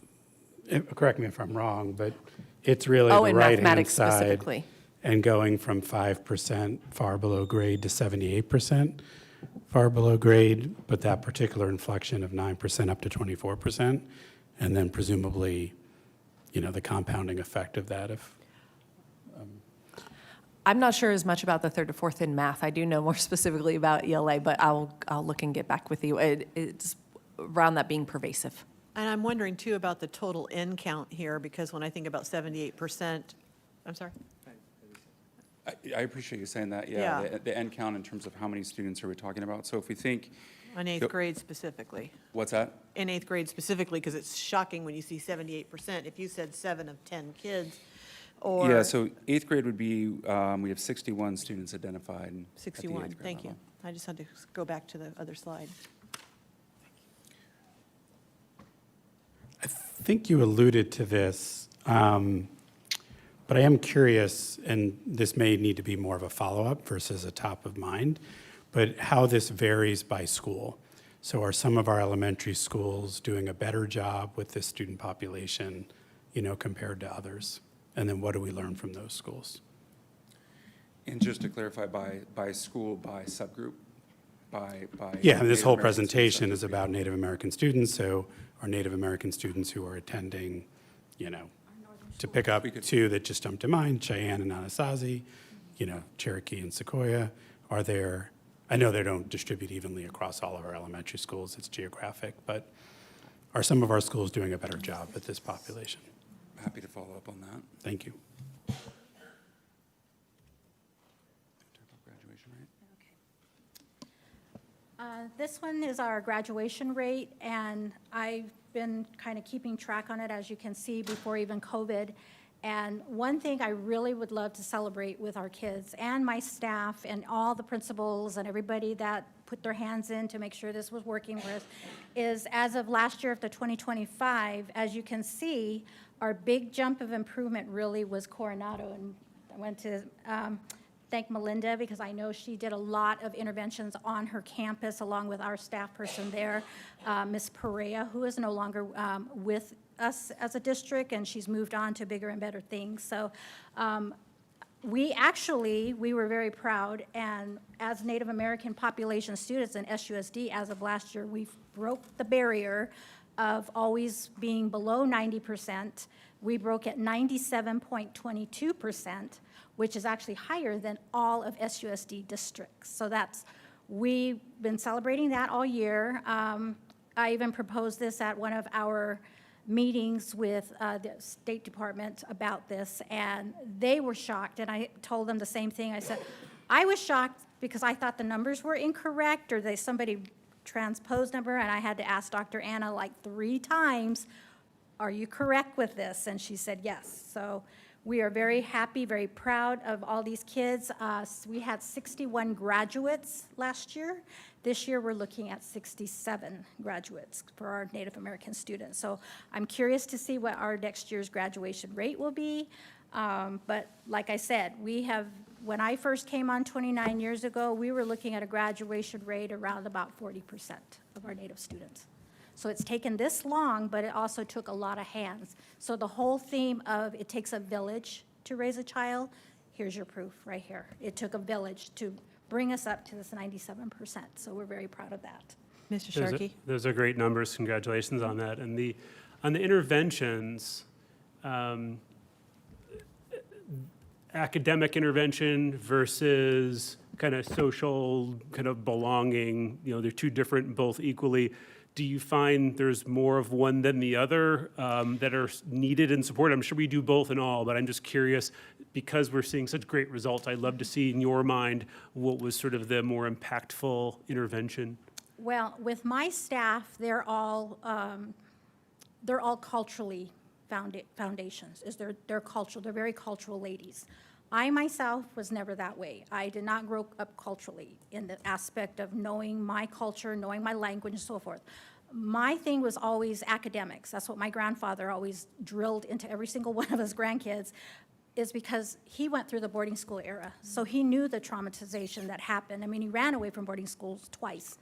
The second time he wasn't found. So his whole thing was he never got farther than a 4th grade education. But yet this man was always the smartest gentleman that I knew in the world because he taught himself. He taught himself to read. He taught himself how to fix cars. He worked in the mines. So he knew this stuff. So his thing was always education, education, education. So when I was growing up, I mean, I tell the students this story, that when I was in high school, geometry was my worst subject. I could not do geometry. You can put an algebraic formula and tell me, work on this, I had no problem. Geometry was never my passion. I hated that class. Did not like my teacher, even though she was a very lovely lady. It just didn't click. I got a C, my first quarter grade. My father grounded me until the next term to raise that grade because his mind was always, you know you can do it. You're smarter than this. You're grounded. No going with your friends. You can go to school, do your little activities, but that's it. Well, second quarter came around. Got another C. Same thing. You're grounded. I got straight C's, so basically I was grounded for the whole school year. But the funny thing was, my father didn't tell me he didn't do well in geometry in high school. Till my grandmother, as you know, most of you, you know your grandparents keep everything. She went into her little box, pulled out a report card, and presented it to my father and said, "Excuse me, why are you grounding her when, look at you, you had an F. I didn't ground you. Why is she getting grounded?" So I always used to tease my dad about that, but I always told my students that it doesn't matter if you get that C. As long as you do it, you feel it, you're good with it. Let's focus on your academics, because I don't want us to be the stereotypical history that we're being told that we can't learn, or we don't know how to do things, or we're going to end up being on welfare or whatever. I tell them, this is the way we get back at our history that's before us. Go get your education, go to college, change laws, show the people who you are. So in my mind, that's always the foundation, is education. So my staff people know as soon as they come on campus in August, they are to pull every single transcript of their staff, their school's kids that they work with. They are to start planning and make sure those kids are on track to graduate. They meet with the students every quarter, talk about their grade, and then they start talking to them a little bit about college. Hey, have you thought about going to college? Let's look at this route. Let's start at FCC or MCC. Do that. Let's kind of move up. This is the things that they do every year. Plus, they do contact. They do monthly contact logs to me to tell me what they're doing. So my thing is, I look at everything as foundation, as education, but they're the ones that incorporate the cultural aspect of it. They bring in cultural speakers. They take them to cultural events, if it be at SCC, MCC, U of A, NAU, where they can be part of a group. So to kind of say one over the other, it is, but it isn't. Because a lot of our kids some are cultural and some are like the way I grew up. More Thank you for that. education. And, again, the numbers are impressive to you, Principal Splitic, other people have contributed. Really great to see these, so congratulations. Thank you for Yeah. sharing. Okay. This one is basically program highlights and activities and trying to think of everything all at the same time. So everything on the left-hand side of your screen, those are basically some of the activities that we have done. I've gone to the Indian Nations and Tribal Legislative Day and represented SUSD to show them that we do have Native kids on our district and that we are there, so we celebrate that along. Like we just did, we did a Salt River Higher Education presentation. We were out on the table and so forth. We've had Arcadia students that participate to the MLK Leadership Conference that was over at Saguaro. They thoroughly enjoyed that. We have Native Health coming doing presentations. We have our monthly Native American parent meetings. So as you can see, we do quite a bit of little activities. The highlights on this I want to share with you is one of our Coronado students was selected and participated in the Indigenous Bowl. To be honest, I didn't know we had an Indigenous Bowl in this country, but we do. So he got to be part of that. JAG competition at Coronado, we had one of our Native students got first place in public speaking. And we also had another student that was part of the team for the Love Project that also got first place. So that was another 3.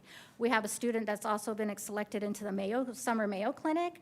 We had 4 Native students that participated in the Herd Art Show, and one of them, she did win first place in her textile and weaving category. So, and then we have also students that were part of the 2026 ABODA Concert Festival, which was great because we don't really see our kids really, being presented for that. We had a lot of kids that we helped support to get them to the Disneyland music trip, middle school and high school. One student requested to go to a theater festival, so we were able to make that happen and help her out with that. We had this is our second year of having a student that is in the National Society of High School Scholars. And a lot of sports activities these last couple of years with track, football, baseball, basketball. I mean, I think any sport out there, I got a kid in now, whereas before they were kind of quiet. They never really got involved.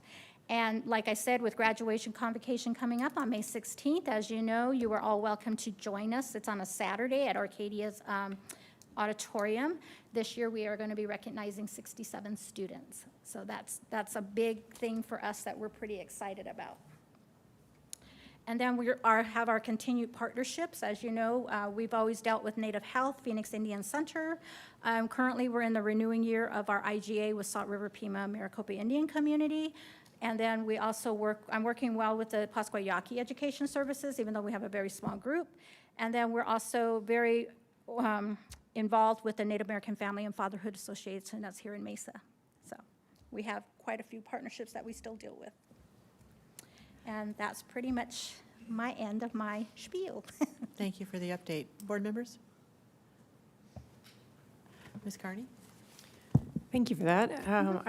I'm wondering, how many staff do you have working under you? 3. 3? Okay. So there's 4 of us total in the district, but, kind of like the old Aunt H, we're mighty. Yeah. But Okay. we have a lot of partners, with the schools, other teachers, staff, Right. So we like to acknowledge them as well. Okay. And then how would you say that you're partnering with the parents and the families to get them involved in their education? We have, we have a monthly parent meeting. We started in September, so we have one September, October. We don't do November, December, and then we have January through April.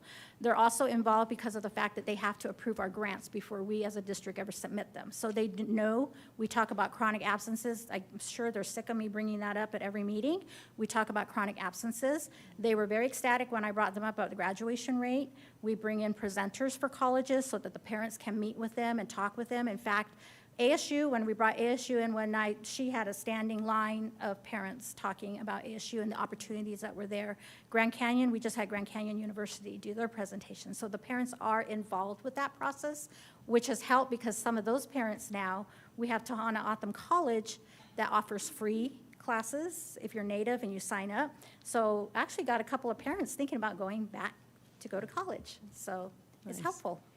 Where do you do your meetings? At Coronado High School, in our Coronado, Native okay. American room, yes. Okay, great, thank you. Excellent. Of the 849 students, do our students need to be registered relative to their tribe to qualify, or can they just self-declare? That one, because of our grant funding is what we really look for.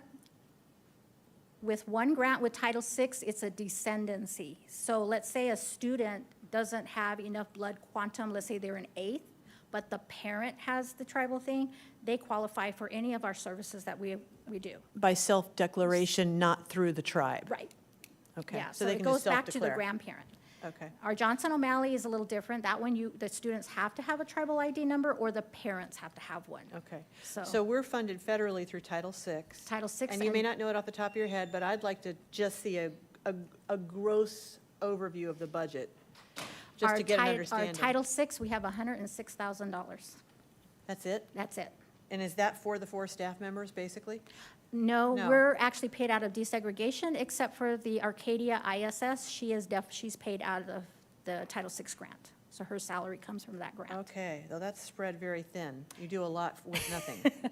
Parents have said that. I must know how to manage money. And I said, I wish my bank account would show a little bit better. But we do. Well, honestly, 106 with all that you're doing. Right. Well, we also have Johnson O'Malley, which is a separate Okay. state one. That one is filtered through ADE.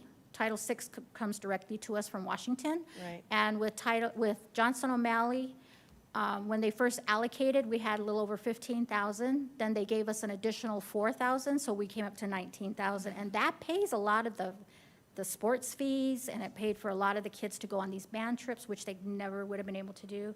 We were sad when Coronado's band could not go and do their Memorial Day weekend one, because we had kids lining up for funds for that.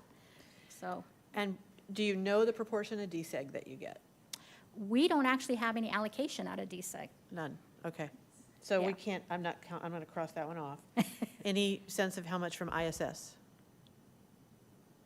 If you don't know, it's okay. The position is the ISS, One and that position. position is out of DSEG, one position. One position out of DSEG ISS, thank you. Okay, and Johnson O'Malley's roughly Actually, two. There's two out of DSEG. Coronado and Saguaro are both out of DSEG. Okay. And then Johnson O'Malley's about 15 to 19,000. Yeah. Okay, thank you. Any other questions or comments? Okay, appreciate it. Thank you. Nice job, thank you.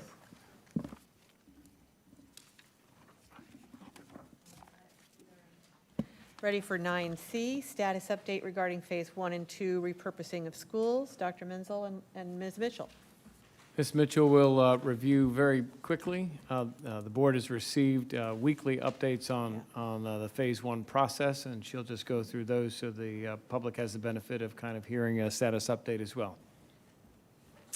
Thank you so very much again, and thank you for the feedback on the ongoing updates. I just want to summarize, we're making really good progress on supporting students in enrolling from ECHO and Pima into our SUSD schools. We're at about 75% of ECHO students, 87% of Pima students, and right now we're tracking about 9% of students who are indicating they will not return to SUSD. Dr. Bono took some time last week to send individual text messages and phone calls to the 60 remaining students at ECHO and the 30 remaining students at Pima who have not made decisions.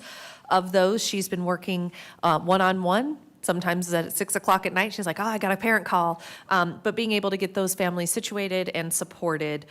For any families that are still undecided or who we've not yet been able to make contact with, if they are SUSD residents, we are going to, I believe at the end of the week, roll them into their school of residence. What we don't want any families to miss out on are the annual notifications, any information about next year, and as the spring starts to roll around, lots of families start to get information planning for the year ahead, and we don't want any families to miss out on that.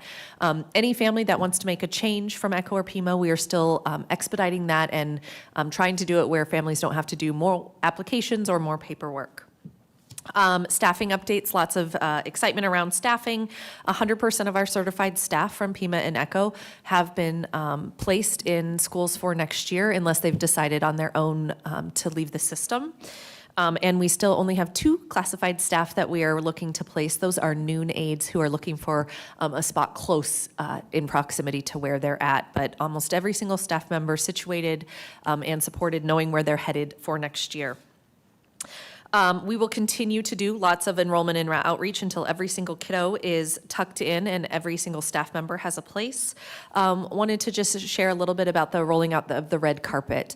I think it was last week, maybe the week before, some of our principals took time from their schools to go to where their teachers who are coming to them next year work right now. So they went and met them, brought them bouquets of flowers, and just really trying to get people excited, even though you have to say goodbye to a school you may have loved.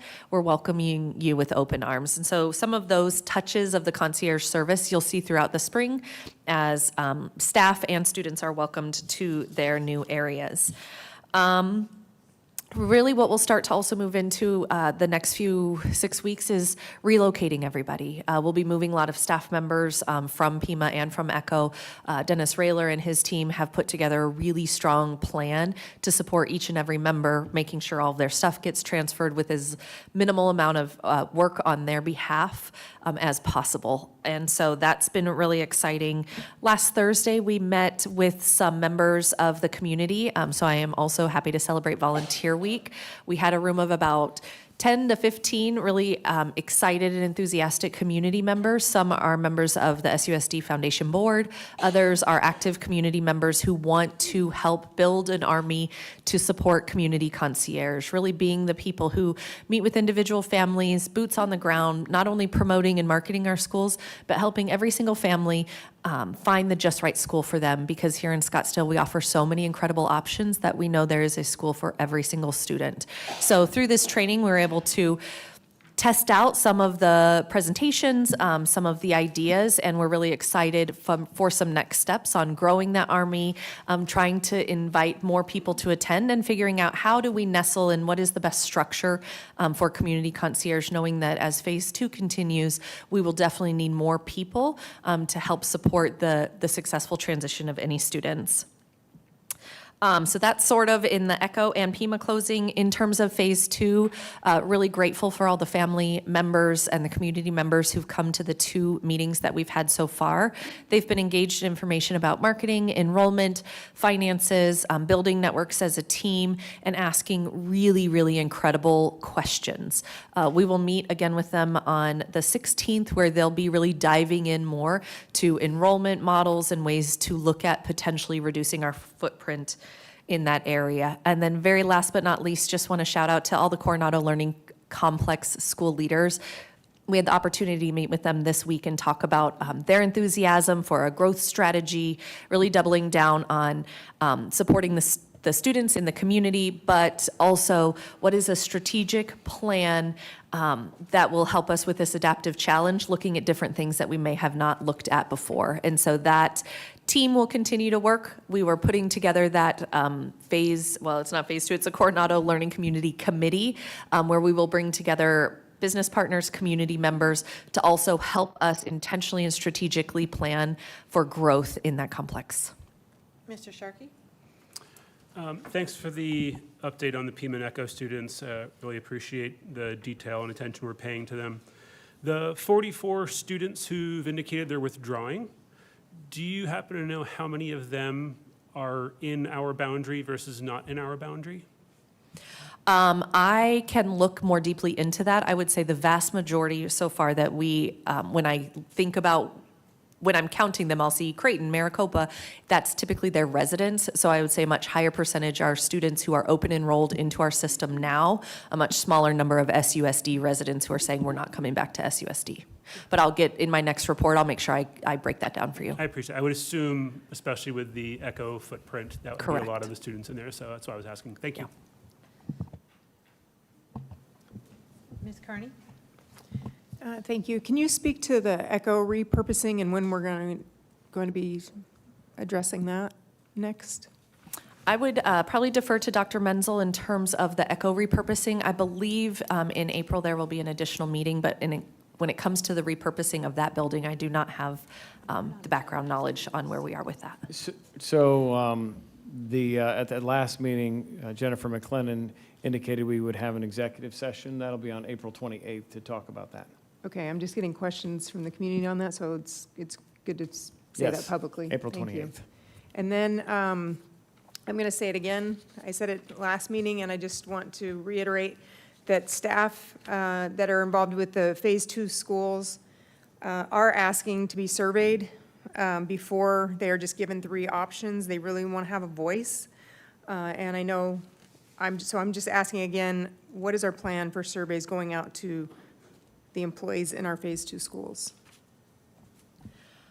In terms of employees in the Phase 2 schools, what you recounted previously is still the current plan, is looking at a variety of different models, presenting a variety of different models, and gaining feedback around all the different contexts and variables. Not so simple as a survey of which one would you pick, but what are the factors that would, drive you to choose one way or the other for the parents. For staff in general, I don't know that we've explored that conversation in a robust manner, but I would love to do that and bring back some additional information for you guys related to staff surveys for Phase 2. Thank you. Any other questions? I have Dr. two quick. Patensky? On the question of surveys, is that ultimately the purview of the Phase 2 committee and process to decide, do they want to survey and whom they want to survey and what they want to ask in order to inform their process? That would be correct. Each group that's working through these, they're asking lots and lots of different questions. So as we get closer to thinking about different models, we would ask them to surface what is most important that you feel like you need to know in order to make eliminations, adjustments, recommendations, and so they will be a big factor in driving what some of those questions are. Whether it's that we bring a generated, here's some drafts, what else, that part is still working with the facilitators to have a better understanding of that piece. Got it. Thank you. And then we don't want to harass, but for those who have indicated they're not coming back, is there any part of the process where we reach out again and? Yes, I agree. We do not want to harass, but Dr. Bono definitely wants to have repeated opportunities to talk to those families, remind them of what a wonderful school district this is. So we will continue to outreach them until really and truly until we get records requests and it's August and they don't show up. We'll continue to some outreach for them. Because I imagine part of that is understanding where many of the peers of their kids You got ended it. up going. And, Yeah. Yeah, thank you. All right. Thank you for that update. As we look at consent agenda items A through G and I through P, I make a motion to approve those as presented. I need a second. I had a question on one. On consent agenda? Yeah. Yeah, we didn't pull it. Oh, I Carrie? needed to pull it in order to ask a question. Okay. I'm sorry, can you repeat that? I didn't hear. This is the first time I've ever had a question on a consent agenda item, so I didn't know I needed to pull it to ask a question, or can I ask a question now before we vote? I am not sure on that. I think the safest thing would be to abstain from the item if you have a question or a possible conflict. No, it's more of a question, so, okay. Okay. I will ask it after the meeting. Okay. Thank you. All right, I'm looking for a second on the motion. I'll second the motion. All right, all those in favor? Aye. Aye. Aye, and it passes 5-0. And just on reflection, I think there's a lot of ways to get information in follow-up. And I just hope it didn't affect how you would have voted. All right. We are on, sorry? That's right. Okay, so as we get to 11A, I need not just to make a motion about this, but I need to start with a roll call because it's required for audit, for this audit piece of action. So we'll do roll call again. Make the motion? On the, roll call the vote, not roll call the attendance. That helps. All right, thank you. I make a motion for acceptance of the audit and compliance questionnaire for fiscal year 24-25. I need a second. Second. Second, and all those in, Well, no, now you roll. now, all those in favor, I will do a roll call. Dr. Patensky. Aye. Ms. Warner, aye. Ms. Carney? Aye. Aye. Mr. Sharkey? And Donna Lewis is an aye, and it passes 5-0. Thank you. Okay, and 11B, approval of the 26-27 Governing Board meeting calendar. Dr. Menzel? So the calendar was prepared following the template from this past year. As always, if there's a need for additional meetings, the board can schedule those, but we follow the template that was adopted. It's now been 2 years that we've followed the schedule. Questions or motion? Ms. Warner? Oh, you're none? Okay, I'll make a motion to approve the calendar as presented. Need a second. I'll second the motion. All right, if there are no questions or discussions, all those in favor? Aye. And it passes 5-0. Thank you for your work on that, staff. That leads us to future agenda items. Board members, what proposed topics would you like to have considered? Dr. Potenski. I will repeat again my request for us to spend time either in a study session or as part of a regular meeting to do a deep dive into district office expenses. I think there's a lot of interest, there's probably myths, there's probably a lot to learn in terms of kind of broadly what does the district office do? How does it divide by headcount, by dollars? Are some of those expenses really site-based expenses that get classified? How do we compare to other districts in that ratio? You know, how do we think about the district as fixed costs so that as our students decline, you know, those ratios then change because it's not like 10 fewer students mean necessarily one less, you know, IT support person or whatever the example may be. So I'd love to do that deep dive. And then the second topic, probably the number one thing that I hear as a board member, including in my own household, is the topic of half-days. You know, we seem to have a lot of half-days. They seem to always fall after holidays. So you're coming back and then you're going right back into a half-day. It feels like the instructional time of the half that isn't the other half is pretty low by the constraints that a half-day creates on the schedule. So I'd love to understand, are there opportunities to do something I value, which is provide professional development, while with a schedule that reduces the disruption of frequent half-days? Ms. Warner, Ms. Carney? Ms. Carney?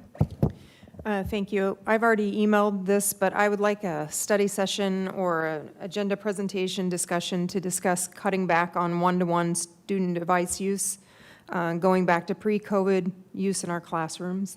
And I know I had asked this a couple years ago when we did a brief presentation on it, but I really want to see us dive deep on that. And I have a lot of even administrators, teachers, parents asking for this, so I think it's an important discussion.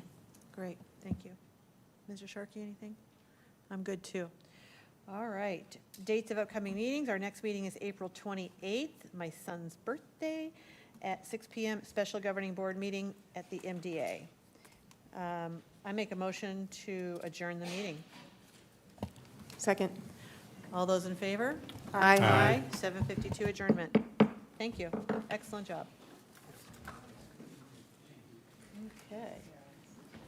These were passed back, so I'm going to